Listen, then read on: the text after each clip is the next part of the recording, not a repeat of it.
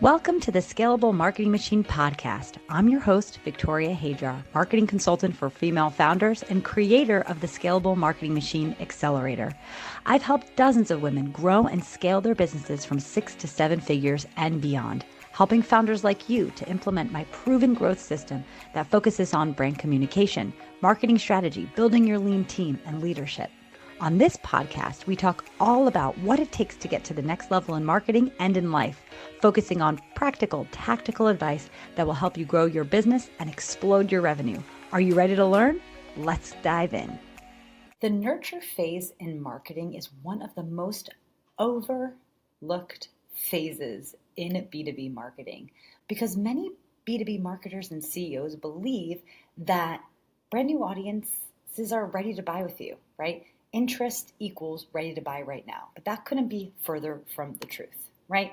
Our B2B audiences especially need to be nurtured, need to move through a sales process to get them ready to buy with us. And that is a process that we should be intentionally designing, okay? So lead nurturing equals moving prospects from interest to trust. So I have a few statistics that you might find interesting.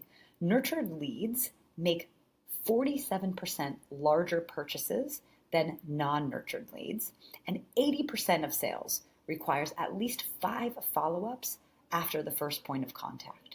Now, this point of contact could be done by your sales team, but what often tends to happen is that there is many people that are not interested in speaking to sales folks. They're just simply not ready to get onto a sales call, but they still need to be nurtured. And so marketing can play a humongous role in helping you get those leads to the point that they need to be in order to book that sales call, to book that demo, or to be opening to making that purchase with you. So let's look a little bit about ways that we can nurture our audiences, okay? Now, in the last episode where we were talking about all about awareness, right? We were talking about how are we getting in front of brand new audiences, and I gave you more than a couple examples of awareness strategies that you can be running for your businesses. But just as a refresher, we have strategies that are ad strategies or cold outbound, right? This is just like these cold outbound or marketing advertising programs that are constantly running, right? We're prospecting, right? The audiences, the contact list that fit our prospects characteristics, and we're kind of getting in front of them, interrupting their day, right?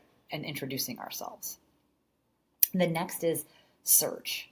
Are we connecting with folks as they're searching for, the problem that they have that our product or service solves? We want to be in those search results, or we want to show up on that social feed when they're punching that query into a social platform or on the AI platform. And then the last was other people's audiences. How are we leveraging other people's audiences? This could be other brand or other individuals that already serve or have a community of the folks that are our right fit prospect, right? And again, I mentioned influencers, I mentioned brand partnerships, but this could also look like going and participating in conferences or even getting those PR speaking opportunities. But once you get those in front of those audiences, right, we need to nurture them. We need to build a relationship. The first essential step is getting that contact information. And the way that we get that contact information is either by offering something of value, right? Or giving something that that prospect could need that would help them, improve their lives in some way, right? And this could look like, a code for like a free shipping or a free gift or something like that. That's more like a product-based business. But if you're a service-based business, this could look like a resource, a case study, a template, educational video, something that's going to, as it relates to your service, help to educate and help to relieve maybe an immediate pain point that that prospect has. And we always want to be conscious of building that prospect list, getting people onto our email so we can continue to build a relationship with them. Now, let's say that you don't have a strategy for really getting people onto your email list. Maybe we can find a strategy for just getting people to follow us on our social platform that we'd like to, that's our main sort of platform that we use.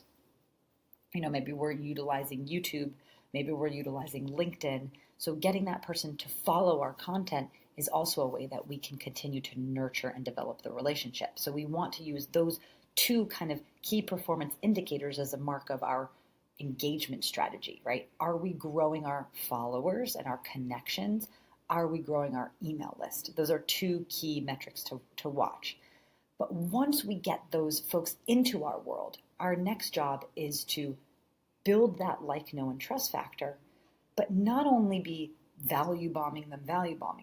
We want to really be taking them on a journey that's going to bring them closer to making that sale, making that conversion. And we can do that by consciously crafting a strategy for the content that we share on our respective platform, on social, or the content we share via email that's going to connect that prospect to the problem that they have. So get them, aware of the problem, really the real problem, the true problem that they have, get that prospect to be aware of the solution options that are available to them, right? And then the third stage is really showcasing to that prospect why your solution, why your product or your service is the best solution for them. So these are three phases of content, or three kind of content buckets that we can be creating and putting through that's going to build that like, know, and trust factor. That's the point here. And the huge mistake I see a lot of brands doing with their nurture strategy is, the social posts they're putting out is all just very promotional, self-promoting, right? Very sales focused, or they're only sending newsletters or emails when there's a promotion or a campaign. So folks get very suspicious, very turned off by just being sold to, right? Now more than ever, we want to utilize, hyper personalization through, a lot of automation that we can be doing through email, for example. So folks really feel like they're connecting and building a relationship with your team, with your brand. And we do this in the nurture phase. Now, yes, there's going to be a small amount of folks that know, they see what you do and they just are immediately ready to buy. But that is the overwhelming minority. And that's why having a dialed in nurture strategy is key for your business. So how do we create that dialed in nurture strategy? There are two steps that I go through for creating a dialed in nurture strategy. The first step is really looking at the year from the perspective of your ideal client, right? We can break it into quarter, we can break it into season, but think about the person that you serve and what's going on in their world during each of these 4 quarters of the year. Are there major events that are important for their industry? Do they serve parents that are, going to be, on holiday break with their kids or summer vacation with their kids at that certain period? Get into the demographics, the psychographics of your ideal client avatar, and you're going to want to design. This is what works for me. Okay, this is how my brain works because it makes it much easier for me to create content. But I like to design out of those 4 quarters. I attach a quarterly theme. What's going to be the theme of that quarter? That could be sort of the overarching sort of high level communication strategy I'm using for that particular time of year that's going to connect with my prospect, right? For some folks, it's budgeting time or time where they hire a lot of folks, right? We want to get into their brain and be able to assign a theme per quarter. Once you have your quarterly theme, then you could break out that theme into a bunch of different topics. I like to really manage, that everything really springs from blogs. Blogs are really great because it's like a large piece of content that you could be creating each week or each month that then can be parceled out into, you could create podcast episodes out of that or video content out of that, or you could chop that up into small social media posts. And you could also turn the main topic of that blog into the topic for an email newsletter. So I find that a system that is stemming from first a blog and then that blog is kind of repurposed and disseminated in a lot of different ways is a really easy way to organize and systemize your content creation. And by everything springing from a theme, that's going to make sure that your content is really aligned. So that's kind of that 10,000 foot view, right? The content themes, right? Themes by quarter. And then once you have that theme, you could generate, if you do a blog every week, 12 blog topics that relate to that theme, looking at that from different angles. And then that could be parceled out into and repurposed in a lot of different ways.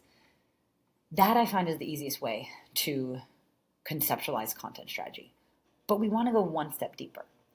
Once we have all of this content ironed out, we know what we're talking about.